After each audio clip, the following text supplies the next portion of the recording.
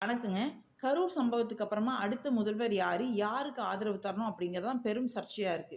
இவங்களுக்கு இவ்ளோ தப்பு பண்ணாலுமே ஆதரவு தர்ற மக்கள், ஏன் இவங்க யாருமே வேணாம், தகுதியுள்ள சாமானியன களத்துல இறக்குங்க, எப்படிதான் ஆட்சி செய்றாங்கன்னு பார்க்கலாம் அப்படின்னு கேட்க மாட்டேங்கிறீங்க? அத விட அத செய்றோம், இத செய்றோம்னு வாக்குறுதி தர்றாங்கல்ல. அப்போ உங்க இலவசம் எதுவுமே வேணாம், நியாயமான விலைவாசி கொண்டு வாங்க, மதுவிலக்கு அமல்படுத்துங்க அப்படின்னு யாராவது கேட்கிறோமா? யாருமே கேட்க மாட்டதெல்லாம். அதுவும் பொங்கலுக்கு 4 பொருள பையில போட்டு குடுத்துட்டு, அதில உங்க ஃபோட்டோ போட்டு குடுக்கும்போது, "உங்க அப்பா வீட்டு காசுல இருந்தா செய்ற?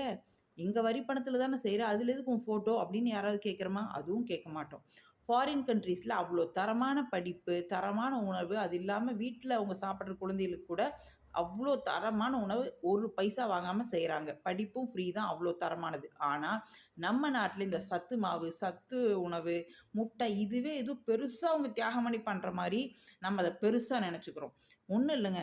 5 வருஷம் ஆட்சியில மனசார செஞ்சாங்க அப்படின்னா, அவங்க பிரச்சாரத்துக்கு வரவே தேவையில்ல. இருந்த இடத்துல ஓட்டு விழுகும். 500, 1000 குடுத்து ஓட்டு போடுங்கன்னு கேட்கவே தேவையில்ல. இதுவரைக்கும் ஆட்சிக்கு வந்த யாராவது ஒருத்தராவது மதுவிலக்கு அமல்படுத்தியிருந்தாங்க அப்படின்னா, காலம் பூரா அவங்க தான் முதல்வரா இருந்திருப்பாங்க. ஸ்கூல், காலேஜ்லலாம் கஞ்சா விக்கிறாங்க பசங்க. அந்த லெவல் இருக்கு நம்ம நாடு. ஒண்ணும் இல்லங்க. கொரோனா டைம்ல எப்படி உட்கார வச்சாங்க வீட்டுக்குள்ள அவ்ளோ கண்ட்ரோலா? ரவுண்டு போட்டு இதில தான் நிக்கணும் நீ கடையில. அதுவும் நான் சொல்ற டைமுக்கு தான் நீ கடைக்கு போகணும். அப்படின்னு அவ்ளோ கண்ட்ரோலா உட்கார வச்சாங்கல்ல மக்கள. அப்ப அவங்கனால அவ்ளோ கண்ட்ரோலா நாட்ட ரன் பண்ண முடியும். ஆனா யாரும் செய்ய மாட்டாங்க. ஏன்னா அதெல்லாம் செஞ்சா அவங்கனால சுருட்ட முடியாது. இதெல்லாம் யார் யோசிக்கணும்? நம்ம மக்கள் தான். மாற்றத்தை யார் கொண்டு வரணும்? இலவசம் அப்படின்லாம் மயங்காம, நமக்கு என்ன வேணும் அப்படின்னு இந்த மதுவிலக்கு அமல்படுத்துறத பத்தி கேளுங்க. குரல் கொடுங்க. அப்பதான் மாற்றம் வரும்.